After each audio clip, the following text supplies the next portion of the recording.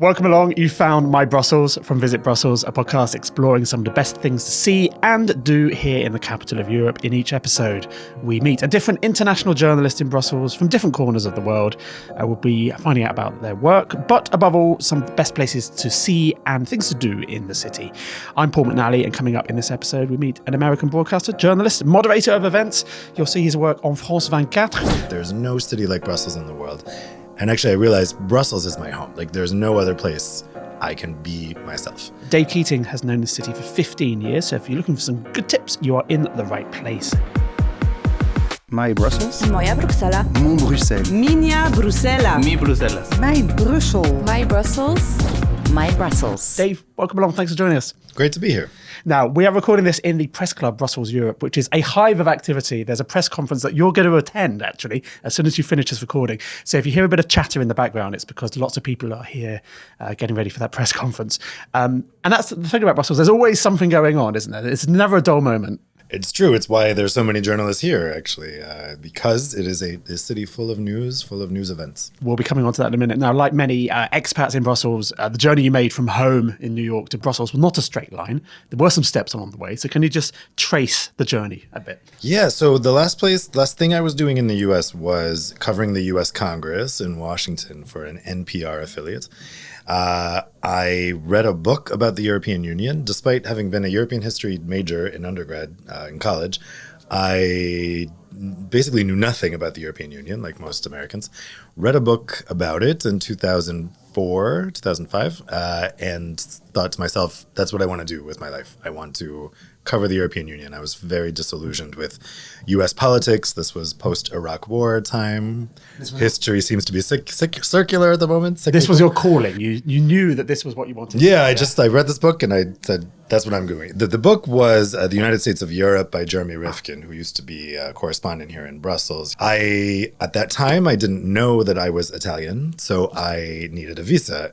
So the easiest way to get to Europe was to go to London. So I found a way to do that. Was covering private equity and venture capital investment in London for 3 years. Then was in Paris for a bit, learning French at the Sorbonne, and then eventually made my pilgrimage complete by coming to Brussels in 2010. Okay, so having lived in other busy cities, Paris and London and New York, what were your first impressions of Brussels? My first impressions of Brussels were really bad. So obviously I had identified this as I'm going to go live in Brussels and cover the EU, but I had never been to Brussels. So I moved to London, and shortly after I moved there, sometime in early 2007, me and an American friend living in London came to Brussels for the weekend. I still remember I thought, I'll book a hotel in the EU quarter. So I booked a hotel right across from the Berlaymont. It was chaotic. I thought I need to reevaluate my whole life plan, because I don't think this city is compatible with the way I want to live my life, and covering the EU is maybe not worth that. So I then spent a long time trying to find a way to cover the EU from London, and that's what I was doing. After that, the finance covering job, I did move to a job covering EU policy from London.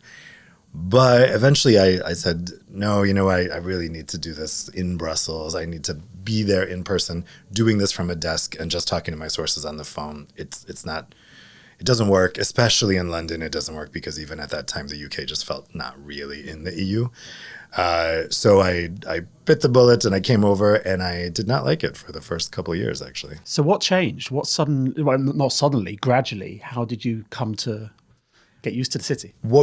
So like a lot of expats, I spent a lot of time complaining when I came here. And I think the problem is with expats in the city that it becomes like a habit, and you just do it and you don't think, but actually I like the city. Why am I complaining? But it just becomes like a pastime. What really did it for me was actually leaving for a little bit. I think by 2014, I liked the city, but I wasn't entirely convinced. And I was still thinking, for me, the hardest thing was this is a small city for me. I'm from the New York City area. This was the smallest city I'd ever lived in. I've lived in Chicago, in Boston, and Washington. This was small, and I couldn't see the benefits at that time of being in a small city. So I moved to Berlin for a while. I was working for Deutsche Welle in Berlin. But while in Berlin, I realized the benefits of living in the most international city in the world after Dubai. What I realized living in Germany is that, especially Berlin, is not an international city like Brussels is. And so many things I had taken for granted, I realized, that's Brussels' unique selling point, that there's no city like Brussels in the world. And actually, I realized Brussels is my home. Like, there's no other place I can be myself. So I came back to Brussels in late 2017. And I came back with a much better attitude. It's like, since I've come back, I love the city. I'm an evangelist for the city. But what it took was getting out for a little bit. So whenever I meet an expat who's really in the trap of constant complaining, I say, you know what you should do? Leave, because I promise you, you'll come back. Before we move on to sharing some tips and addresses around the city, let's talk a bit about your work. I mean, I see your work everywhere, and I take it you're freelance. Yes. Moderating events, but also I see you on France 24 a lot. Can you tell us a bit about your work there and what you do on a day-to-day basis? Yeah, so I used to be the editor of EuropeanVoice.com, the website for the side publication of The Economist that was bought by Politico in 2015. And so I've been independent since then. Deutsche Welle first, then France 24. They're very similar TV stations, obviously. One is run by Germany, one is run by France. The conference moderating thing in Brussels is another unique thing to Brussels. It does not really, let's say, exist as a career in others, not in Washington, not in London. It's a very unique thing to Brussels, partly because there's so many associations here that have members from all over Europe, and they have their annual conferences here. All conferences in this town are in English. And so obviously being a native speaker helps, and it's a unique thing. I've come to really enjoy it, because it is kind of like a panel talk show on TV. But especially when I have two moderations in the same day on entirely different topics, it can make your head spin a little bit. From work to play, on My Brussels, we ask our guests to come up with 5 ideas of things to do, places to see around the city. And we'll start with something on a green, a leisure note. When you get to the end of a working week and you just need to relax in nature, can you recommend a place to go? One thing I really like is the Promenade Verte. It's this bike path that goes around the edge of the city. Part of it is on disused railroad tracks, the section in the east. If you were to do the whole thing, it takes about 4 hours, on my electric bike at least. Another thing I like to do is take my electric bike up and down the canal. So you can go north up to Vilvoorde. You can follow the Zenne River all the way to Mechelen.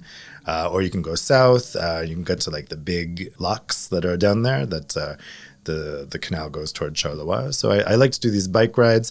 The good thing about living in a small city like Brussels is it doesn't take much time to get out to get to some green space. Whereas if you're in New York City, in Manhattan, it's going to take you 2 hours to find a tree. The Promenade Verte's a good one as well, because obviously, there is that particularly well-known stretch between sort of Stockholm and Delta, the old railway line. But it goes all around the city, including bits that maybe people aren't too familiar with, like in Jet, in Anderlecht. Anderlecht you might associate with the football club or being very urbanized, but it has some beautiful countryside as well. It's true, and Molenbeek as well. And countryside is not what people associate with Molenbeek, but actually it's a very big commune. And in the furthest western sections, it's like farms. I mean, it's just like horses and stuff. It's wild. On a social theme, a place to hang out with friends, a cafe or bar that particularly catches your interest? One cafe that just reopened, so I want to give it a plug, is Fontana's, which is right in the city center next to the Anisen pre-metro station. It has just reopened, so everyone's very excited about that. It's a place me and my friends have always gone for the past 15 years. It's like it's just a standard place, especially on a nice sunny afternoon. It's nice to sit outside. The name of the square is Jardin d'Olive, which is Olive Garden, which for an Americans is kind of funny because it's our tackiest fake Italian chain restaurant. But it's a very nice spot to have a drink. In Brussels, we're lucky in terms of culture, lots of theatre, cinema, museums as well. And you get a museum pass for about €60 and you can go to all of them. Can you recommend a particular museum that you think our listeners should go and find out about? Definitely my favorite museum is the Train Museum, Train World. So here we have Auto World, we have the Tram Museum, we have the Train Museum, lots of public transport museums.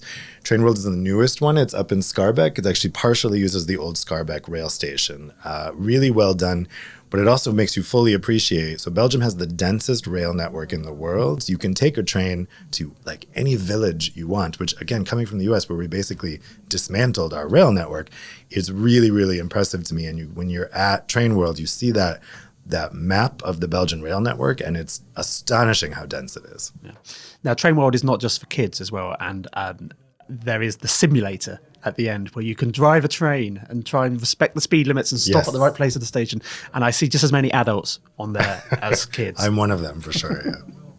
Yeah. Now, sometimes when you have friends or family visiting from elsewhere, you have to take on the role of being a bit of a tour guide and an ambassador for the city and showing them landmarks and attractions. Is there a particular sort of well-known tourist attraction that you would recommend? Brussels is tricky. I used to joke, this is less the case now, but in the city center, so we have this big pedestrianization project in the city center with a big boulevard. Basically, it was a highway before. Now it's a giant pedestrian street. It's turned it into the largest pedestrian area in all of Europe.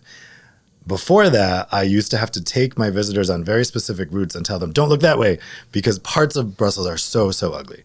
And that's because of this phenomenon called Brusselization that happened in the 60s, where there was no central planning, and beyond the 60s, I think 60s, 70s, and 80s.